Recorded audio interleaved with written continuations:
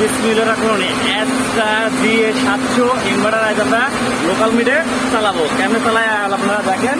প্রথমে আমরা local metre চালানোর জন্য প্রথমে লোকাল মোটরে চাপ দেবো। লোকাল মিটার চাপ দিলে এলইডি বাতি জ্বলছে, জ্বলার পরে তারপরে আমরা ইন্টার করবো। ইন্টার করার পরে এই যে আমার ইয়ে আছে 10 হার্স, আমরা এটার পরে হার্স সেটিং দিব, তাহলে সেটিং করলাম, পরে 20 হার্স দিলাম সেটিং, তারপরে আবার ইন্টার করলাম, তারপরে এটা হচ্ছে ইন্টার করলাম, তারপরে এটা মিলিল, নেওয়ার পরে আমরা হচ্ছে এপ্রিলে গেলাম।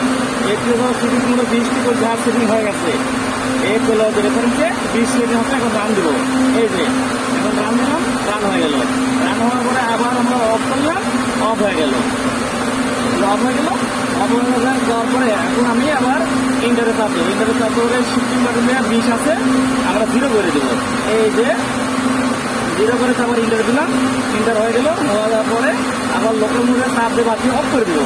লোকাল মোডে চাপ দিয়ে অফ করে দিলাম, দেওয়ার পরে একটু ফাংশনটা বাহিরে চলে যাবো, একবারে আগে ধারা চলে যাবো। এই যে বাইরে চলে গেলাম।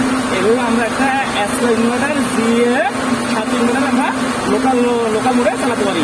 আল্লাহ হাফেজ।